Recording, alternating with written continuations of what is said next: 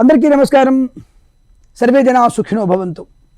ఈ మధ్య రేపు వచ్చే ఆదివారం 21వ తేదీ ఆదివారం రోజున సూర్యగ్రహణం ఇది బాగా బయటకు వచ్చేసింది. ఉందండి, సూర్యగ్రహణం బ్రహ్మాండంగా ఉంది. ప్రపంచంలో మనకి అంతరిక్షంలో జరిగేటువంటి గ్రహణము ఏదైనా గ్రహణమిక సూర్యగ్రహణం ఉన్నది. ఎస్, తప్పకుండా ఉంది. మరి ఎవరికి ఉందండి? భారతదేశానికి ఉందా? లేదు. ఎక్కడుంది మరి? అమెరికాకు ఉందా? లేదు. మరి ఎవరికి ఉంది? చైనాకు ఉందా? లేదు. ఎక్కడుంది?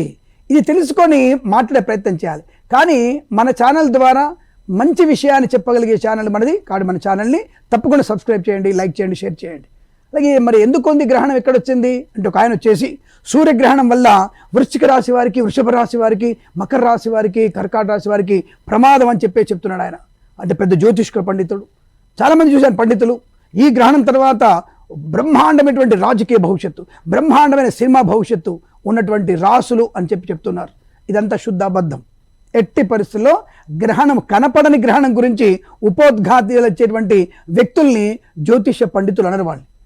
కాబట్టి వాళ్ళందరూ కూడా తెర పండితులు. అంటే తెర మీద కనబడడానికి, యూట్యూబ్ తెర మీద కనబడడానికి చెప్పేటువంటి మాటలు మాత్రమే. ఎవరికి కూడా సూర్యగ్రహణ ప్రభావం అనేది మన భారతీయులకి, భారతదేశంలో లేదు. అమెరికాలో ఉన్నటువంటి మన భారతీయులకి, తెలుగు వాళ్ళకి లేదు. మరి ఎవరికి ఉందండి అంటే కొంతమంది తెలుగు వాళ్ళు మనకి న్యూజిలాండ్ వైపు, ఆస్ట్రేలియా వైపు, అంటార్కిటికా వైపు, పసిఫిక్ మహాసముద్రం వంటి కొన్ని ద్వీపాలు ఉన్నాయి. పసిఫిక్ మహాసముద్రం వంటి ద్వీపాల్లో ఉన్నటువంటి కొంతమంది వ్యక్తులకి ఈ గ్రహణ ప్రభావం ఉంది. ఎన్ని గంటలకు ఉంది? 1:27 నుంచి 2:17 వరకు మాత్రమే ఉంది. అంతకు మించి లేదు. కానీ దీని గురించి అంటార్కిటికాలో మనకి జంతుజాలు తప్ప, మనకి అక్కడ ఇది జల జీవాలు తప్ప మన వాళ్ళు లేరు, అది ఉండరు కూడా. పశువుకి మాత్రం ఉన్నటువంటి వ్యక్తులు కంపల్సరిగా గిరిజనులు, అక్కడ ఉన్నటువంటి జాతి, అంటే అక్కడ ఉన్న జాతి వాళ్ళు తప్ప మళ్ళీ పట్టించుకునే వాళ్ళు కారు. కాబట్టి దాని గురించి మనకు లేదు.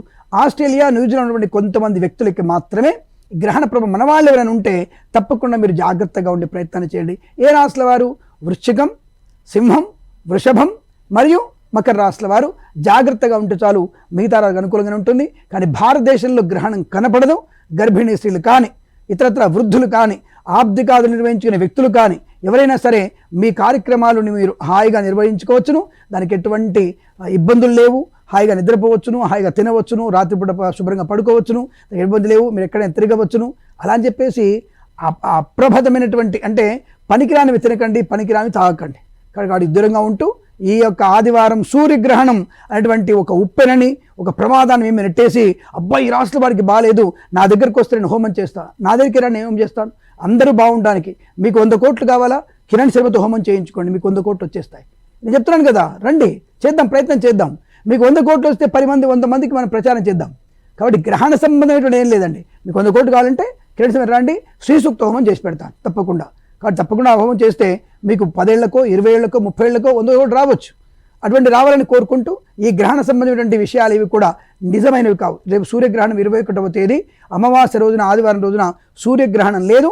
దాని గురించి మీరు ఎట్టి పరిస్థితుల్లో ప్రలోభానికి, ప్రభావానికి గురవద్దని తెలుసుకుంటూ, సర్వే జనా సుఖినో భవంతు. ప్రేమతో మీ కిరణ్ శర్మ.